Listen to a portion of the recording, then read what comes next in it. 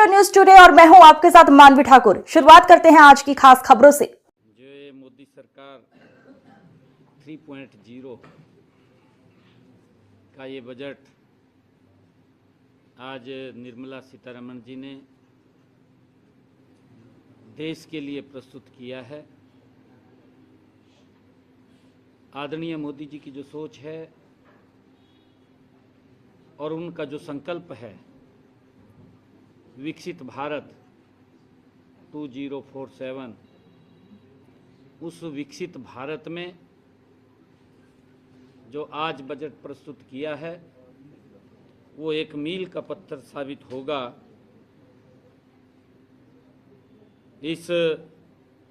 यह बजट, जैसा मैंने कहा है कि विकसित भारत के संकल्प को ये सिर्फ एक दूरदर्शी और ऐतिहासिक ये दस्तावेज है। हम सब के लिए आज ये बहुत ही गौरवशाली दिन भी है। आज गुरु रविदास जयंती के पावन अवसर पर यह बजट सही मायनों में जनहित और अंत्योदय की भावना को ये समर्पित बजट है। इस बजट में 3 मुख्य विजन हैं: रफ्तार, क्षमता, सबका साथ।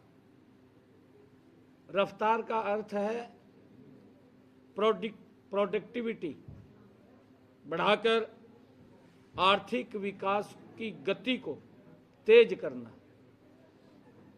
क्षमता का अर्थ है लोगों की काबिलियत को निखारना ताकि वे देश की तरक्की में भागीदार बन सकें। और सबका साथ का अर्थ है कि हर परिवार क्षेत्र के पास कमाई के पर्याप्त संसाधन और मौके हों। ये सबका साथ का अर्थ है। यह बजट सबका साथ, सबका विकास की भावना को ये चितार्थ करने वाला ये बजट है। मैं इस कल्याणकारी बजट के लिए देश के यशस्वी प्रधानमंत्री आदरणीय नरेंद्र मोदी जी और वित्त मंत्री निर्मला सीतारमण जी का हार्दिक आभार व्यक्त करता हूं। उनका हार्दिक दिल से धन्यवाद करता हूं। यह बजट आत्मनिर्भर भारत और विकसित भारत की दिशा में मील का पत्थर है। साथियों, भारत ने खुद की मैन्युफैक्चरिंग और ऊर्जा सुरक्षा बढ़ाई है। मुझे खुशी है कि इस बजट में जिससे विदेशों से सामान मंगाने की निर्भरता भी कम होगी। बजट में एमएसएमई और के क्षेत्र में 10,000 करोड़ रुपए का प्रावधान जैसे औद्योगिक राज्य के लिए अत्यंत लाभकारी ये सिद्ध होगा। इससे हमारे हरियाणा प्रदेश को भी, चाहे फरीदाबाद हो, गुरुग्राम हो, पानीपत हो, लाभकारी सिद्ध होगा। जैसे औद्योगिक केंद्रों में नई जान आएगी और युवाओं के लिए रोजगार के व्यापक अवसर खुलेंगे। इस बजट में सेमीकंडक्टर हब के लिए 40,000 करोड़ रुपए और बायो फार्मा सेक्टर की मजबूती देना ये भारत की तकनीकी महाशक्ति बनाएगा। हमें खुशी है कि इस बजट में Delhi Varanasi high speed rail corridor की घोषणा और 5 क्षेत्रीय मेडिकल हब बनाने का निर्णय, इंफ्रास्ट्रक्चर और स्वास्थ्य सुविधाओं में क्रांतिकारी बदलाव लाने का काम ये बजट करेगा। महात्मा गांधी ग्राम स्वराज इनिशिएटिव से हमारे ग्रामीण कुटीर उद्योगों को और बुनकरों को भी इसका सीधा लाभ मिलेगा। साथियों, पिछले 12 सालों में भारत की अर्थव्यवस्था स्थिर रही है और बजट का 3 आयामी दृष्टिकोण, आर्थिक विकास हो, आकांक्षाओं की पूर्ति हो, सबका साथ समाज के हर वर्ग को सशक्त बनाएगा।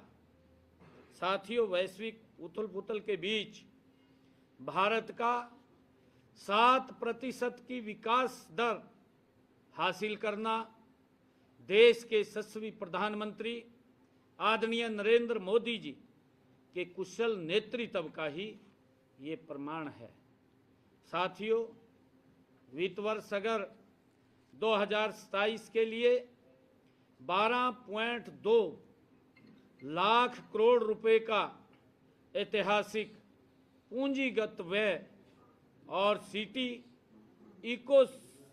इकोनॉमिक रीजन का विकास हरियाणा जैसे औद्योगिक और इंफ्रास्ट्रक्चर केंद्रित राज्य का प्रगति को एक नई उड़ान देने का काम ये बजट करेगा।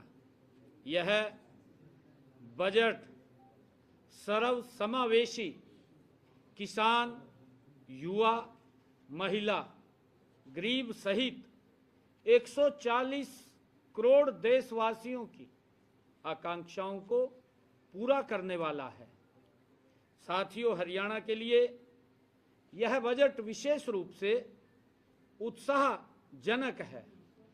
खेलो इंडिया मिशन पर इस बजट में जो जोर दिया गया है, हमारे खिलाड़ियों को और प्रोत्साहित करेगा। साथियों, जबकि 15 पुरातात्विक स्थलों के विकास से हरियाणा की ऐतिहासिक धरोहरों जैसे राखी गढ़ी को वैश्विक पहचान मिलेगी। साथियों, साथ ही एआई और क्वांटम मिशन में निवेश गुरुग्राम को ग्लोबल टेक हब के रूप में और मजबूती देगा। साथियों, मैन्युफैक्चरिंग और एमएसएमई पर फोकस हमारे युवाओं के लिए रोजगार के द्वार ये खोलेगा। साथियों, यह बजट सही मायनों में विकसित भारत की ये एक मजबूत नींव है। साथियों, यह बजट देश के यशस्वी प्रधानमंत्री आदरणीय मोदी जी के विकसित भारत 2047 के संकल्प को सिद्ध करने वाला ये ऐतिहासिक और दूरदर्शी बजट है। साथियों, यह बजट केवल आंकड़ों का लेखा जोखा नहीं है, बल्कि ये बजट देश के किसान, युवा, महिला और गरीब कल्याण के लिए एक सशक्त ये ब्लूप्रिंट है।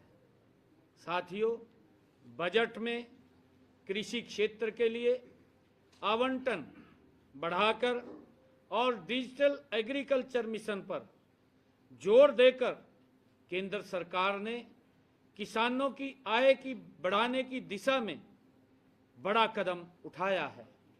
साथियों, हरियाणा के लवणीय और जल भराव वाली भूमि के सुधार के लिए केंद्रीय सहायता का प्रावधान हमारे राज्य के किसानों के लिए वरदान साबित होगा। साथियों, इसी प्रकार इस बजट में स्टार्टअप्स के लिए फंड ऑफ फंड्स और आर्टिफिशियल इंटेलिजेंस हब स्थापना के प्रस्तावों से हरियाणा के युवाओं को नए अवसर मिलेंगे। साथियों, विशेष रूप से गुरुग्राम, पंचकुला जैसे शहरों में आईटी और एआई सेंटर्स को नई गति मिलेगी। राष्ट्रीय राजधानी क्षेत्र में लॉजिस्टिक हब के विकास और बुनियादी ढांचे के लिए पूंजीगत व्यय में वृद्धि से हरियाणा में निवेश के नए द्वार खुलेंगे और रोजगार के अवसर पैदा होंगे। साथियों, महिलाओं के कौशल विकास और लखपति दीदी जैसी योजनाओं के विस्तार से हरियाणा की मातृशक्ति आर्थिक रूप से और स्वावलंबी बनेगी। साथियों, यह बजट भारत को विश्व की तीसरी सबसे बड़ी अर्थव्यवस्था बनाने की दिशा में एक निर्णायक कदम है। साथियों, हरियाणा सरकार इस बजट के प्रावधानों को धरातल पर उतारने और अपने राज्य के प्रत्येक नागरिक तक इसका लाभ पहुंचाने के लिए पूरी तरह से कटिबद्ध है। बजट में देश में बड़े टेक्सटाइल पार्क बनाने तथा 7 हाई स्पीड रेल कॉरिडोर बनाने का प्रावधान भी इसमें किया गया है। साथियों, 5 लाख से ज़्यादा आबादी वाले टियर 2 और टियर 3 शहरों के विकास के लिए 11.4 लाख करोड़ रुपए का आवंटन भी किया गया है। इसके अलावा वन डिस्ट्रिक्ट वन प्रोडक्ट को भी बढ़ावा दिया गया है।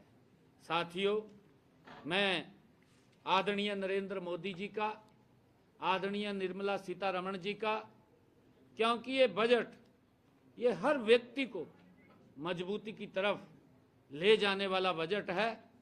आज जो बजट आदरणीय निर्मला सीतारमण जी ने देश के लोकप्रिय और प्रगतिशील, जिन्होंने विकसित भारत का संकल्प लिया हुआ है, आदरणीय नरेंद्र मोदी जी के नेतृत्व में आज जो बजट प्रस्तुत हुआ है, देश के 140 करोड़ लोगों को इसका लाभ मिलेगा। ये भारत को मजबूत करने वाला बजट है और इसमें और भी चाहे रक्षा क्षेत्र हो, उसकी बेसिक कस्टम ड्यूटी में छूट देने की बात हो, कैंसर रोगियों के लिए 17 दवाएं सस्ती करने की बात हो और 7 दुर्लभ बीमारियों की दवा सस्ती करने की बात हो, कैंसर शुगर की दवाइयाँ वो सस्ती करने की बात हो, गंभीर रोगों की दवाएं वो भी सस्ती करने की बात हो, निजी आयात पर शुल्क की छूट की बात हो और सोलर एनर्जी से जुड़ी वस्तुओं की वो भी सस्ती करने की बात हो, विदेश यात्रा पहले से सस्ती करने की बात हो और ईवी बैटरी, जूते और चमड़े के सामान उनको सस्ते करने की बात हो, चमड़े के उत्पाद, जूता, बैग इनको भी सस्ते करने की बात हो, माइक्रोवेव ओवन और बायोगैस मिक्सड, सीएनजी, कपड़ा, मोबाइल बैटरी आदि को इस बजट के अंदर सस्ते करने की बात हो।